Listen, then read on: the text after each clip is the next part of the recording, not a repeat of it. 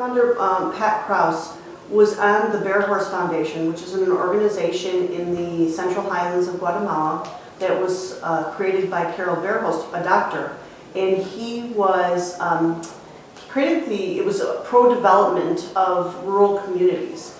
And he created the hospital and really looked at a model to get people involved in their own health care, in the health system.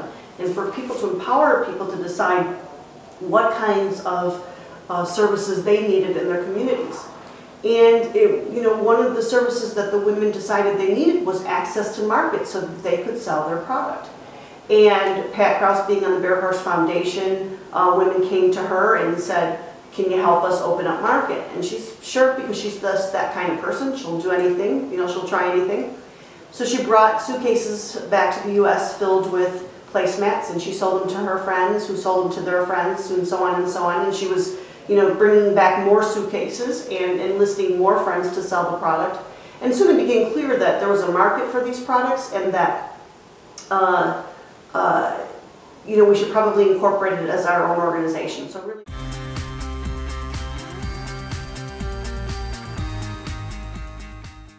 And there was a great need at that time. That was at the end of the Civil War. There still wasn't a lot of outlets for women there. There were still pockets of violence in the country, and a great need.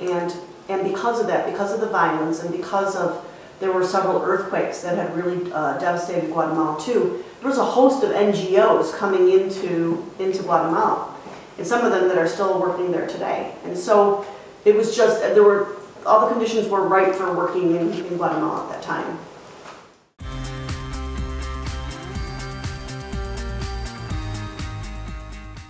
Mayaworks employs women for two reasons. First of all, it was women who came to our founder, Pat Krause, and asked her to sell their products in the United States, to open a market for their products in the U.S. So it was the women who had the gumption, who had the impetus to move forward with that. And also, Mayaworks works primarily with women because generally it is women who lack access to markets in developing countries and in the Southern Hemisphere. So these are the folks that, because we have limited resources, we want to concentrate on our resources to help open access to markets for them.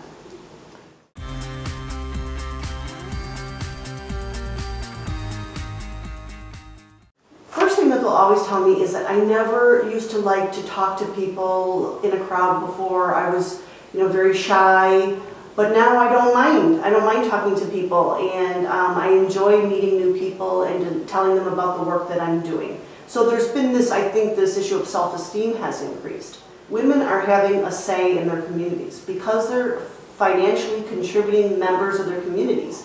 The communities are perking up and saying, hey, she's got an opinion about this. She wants to contribute to the building of that well she has a say in where that well goes. I mean, these are the things that are happening in our women's communities. And we know that, when women have an income, 90% of their income goes to their family and goes to their communities.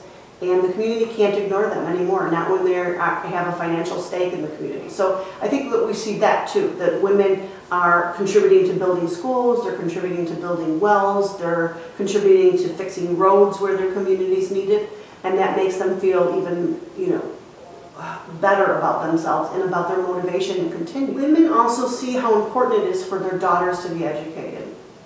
They know that if their daughters get educated, they will have more options for the future. So now we're seeing that there are more girls in these rural communities who are going on to high school. Before, girls may have gone to third grade, they may have not gone at all. Oftentimes, girls are sent to school only until they can read. And then after that, they're not sent to school anymore because the thinking is, well, she knows how to read, she doesn't need to know anything else, because why should I invest my resources in educating my daughter, because she's only going to get married and stay home anyway. That's, unfortunately, that is the thought, in much of rural Guatemala. But Mayaworks artisan partners really see that, no, I want to send my daughter to school. I want her to have more opportunities than me. And so that's another thing that's changing in the communities as well.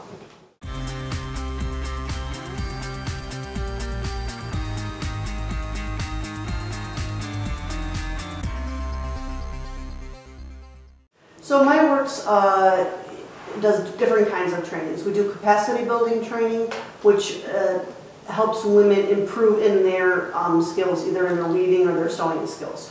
So for instance, we're getting a training now, our women are being trained in how to weave ikat fabric.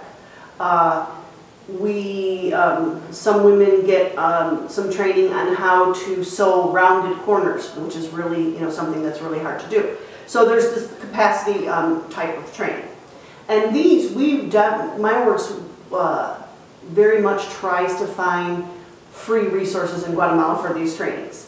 But oftentimes we can't. We have to, hire folks to do that, and that's fine. And there's, a few $1,000s a year goes to capacity building trainings.